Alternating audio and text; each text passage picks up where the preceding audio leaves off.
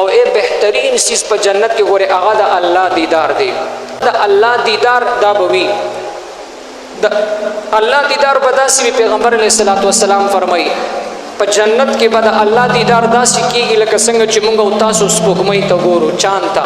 حالانکه پاکستان نه سپوږمۍ ښکاري، د افغانستان نه ښکاري، او دغه رنګ د سعودي عرب نه ښکاري، د هر ملک نه سپوږمۍ ښکاري او هر کور نه ښکاري، هر انسان ته ښکاري. چاته پکې مثال څه مشکل نه وي په سپوږمۍ کتلو باندې. نو دغه رنګ به د الله دیدار کېږي، یعنی هر جنتی به د الله دیدار کوي. او ای بهترین چیز په جنت کې ګوره هغه د الله دیدار دی. روایت لیکلي دي یو عیسوي هغه وفات کېدو، نو مسلمان ولا خواله راغلو د الله دیدار پورې خبره کو. نو هغه وفات کېدو نو هغه مسلمان ورته وی د الله بنده سي مرګ دی را نږدې دی او مړ کېږي، ایمان راوړه چې جنت ته ولاړ شي کنه. نو دا عیسوي ورته وی جنت څه شی دی؟ جنت چې ته ماته وی ایمان راوړه ته به جنت ته لاړ شي.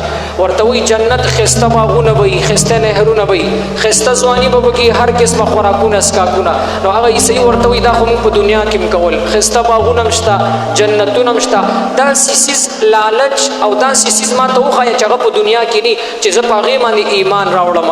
نو هغه مسلمان ته پته ولګېدله چې یاره حالانکې د دې دنیا باغونه، د دې دنیا هغه نهرونه، د دې دنیا هغه مزي او د آخرت باغی کې ځمکه او اسمان فرق دی.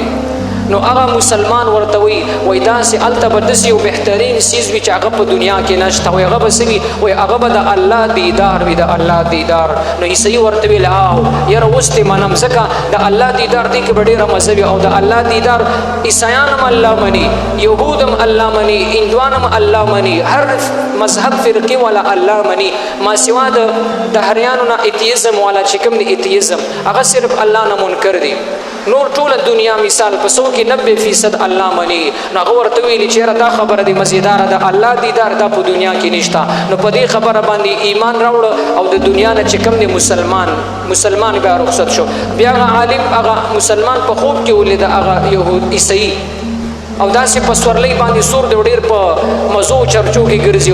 دا ورته وی دا مسلمان څنګه چل وی یاره ښه چللی، وی تا چې کومه تمنا کوله هغه درته میلاو شو کنه؟ ورته وی او کنه یاره وی د الله دیدار ما وکړو او د الله په دیدار کې دومره مزه ده، دومره مزه چې هغه په جنتونو کې هم نشته، هغه په دې نهرونو کې هم نشته، هغه د دې شاته او په دې هر قسم د دنیا چې څومره مزې دي په هغې کې د الله د دیدار عمره مزه نشته. نو د الله دیدار هغه صرف په جنت کې وکیږي. نو دا دومره کمکل خلک او جاهل خلک چې تاسو د الله دیدار غواړئ، کلن کې دې ته کدا ویلې شوی سي تاسو دومره کار وکړئ، تاسو د نور ته یو 15 منټه وګورئ سي کدا نور کتل سورج ته کتل دا تاسو 15 منټه کتل شي، نو بیا به تاسو د الله دیدار مو کې الان کې نور ته سړی یو 15 سکند هم نشي کتلی. نو ته چې په خپل سترګو د نور رڼا نشي برداشت کولې، د بل رڼا نشي برداشت کولې، یو تیز आवाज په غوږونو نشي برداشت کولې، نو ته به د الله دیدار څنګه کې هغه الله خو ځمکې او اسمانونه پیدا کړي دي. نو دی وجنه او د الله دا زموږ په شان دی نه زموږ په شان چې مثال هغه आवाज هم زموږ پرنګ دی، دا هغه لیدل کتل نه، هغه یو جدا ذات دی، جدا ذات دی.